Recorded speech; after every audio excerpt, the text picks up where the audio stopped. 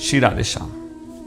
परम पूज्य श्री गौरदास जी महाराज जी के YouTube चैनल को सब्सक्राइब करें।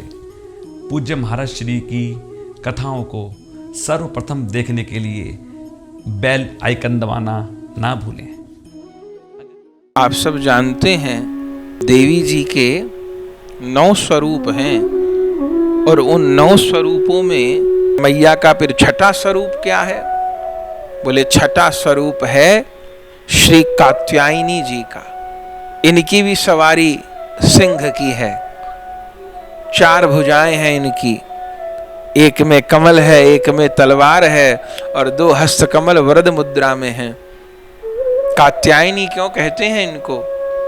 चूंकि इनका प्रागट्य कात्यायन ऋषि के यहाँ हुआ है, तो कात्यायन ऋषि के जन्म लेने के कारण ये कात्यायनी कहलाई हैं। और इनका प्रिय भोग क्या है? बोले इनको शहद का भोग अर्पण किया जाता है, शहद प्रिय है इनको। इनकी कृपा से होता क्या है? तो ग्रंथों में वर्णन है, आकर्षण शक्ति का उदय होता है इनकी कृपा से। ये छठी देवी हैं कात्यायनी। और भागवत जी में हम लोग सुनते हैं कि गोपियों ने अघन मास में कात्यायनी जी की तो आराधना की है। कात्यायनी जी की पीठ आज भी ब्रज में है। कात्यायनी महामाये महायोगिन्नदीश्वरी नंद गोप सुतम देवी पतिम में कुरुते नमः। कात्यायनी जी की सेवा की है। तो छठी देवी कात्यायनी है। और छठी भक्ति क्या है? अर्चनम वंदनम। छठी भक्ति है वंदन। और प्रेम प्राप्ति के मार्ग में छठी सीढ़ी है आसक्ति, छठा सोपान आसक्ति। तो जीवन में जब कात्यायनी जी की कृपा होती है, सुनते हैं ना चीरहरण प्रसंग में, 1 महीना कात्यायनी जी की पूजा की। अघन पूर्णिमा के दिन प्रभु पधारे और प्रभु ने पधार करके चीर का हरण कर लिया। और उस समय गोपिकाओं ने प्रभु को प्रणाम ही तो किया है, प्रणाम ही तो किया है। और परिणाम के फल स्वरूप नाम संकीर्तनम यस्य सर्व पाप प्रणाशनम प्रणामो दुख शमनः तम नमामि हरिम परम। गोपिकाओं के प्रणाम के स्वरूप प्रभु ने उनके समस्त जो रास प्राप्ति में बाधा विघ्न थे उनका निर्मूलन कर दिया और उनको दिव्य बना दिया। और फिर उनको रास रस की प्राप्ति हुई।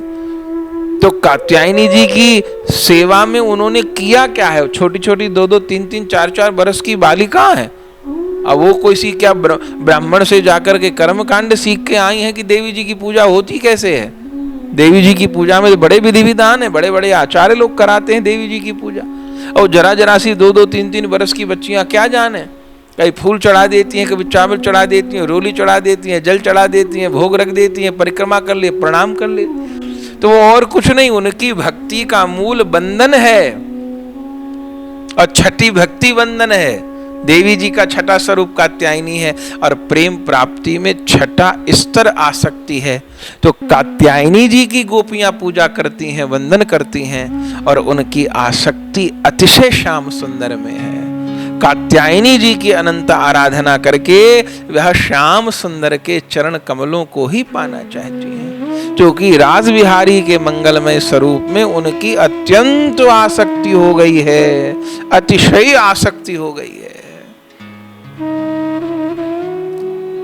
तो जीवन में श्री कात्यायनी जी की कृपा से वंदन भक्ति पुष्ट होती है और श्री कात्यायनी जी की कृपा से श्यामा श्याम के चरण कमलों में आसक्ति उदय होती है। और संसार में आसक्ति नहीं रहती। श्यामा श्याम के नाम, उनके रूप, उनके लीला, उनके धाम में ही अतिशय आसक्ति उदय होती है और वह साधक, वह प्रेमी वैष्णव धन्य हो जाता है। तो जीवन में वंदन भक्ति पुष्ट होए, सबको वंदन करने का भाव उत्पन्न होए, लेकिन सबको वंदन करते हुए अतिशय आसक्ति इष्ट देव के चरण कमलों में रहे, तो जान ले कि मेरे जीवन में कात्यायनी की कृपा हो गई।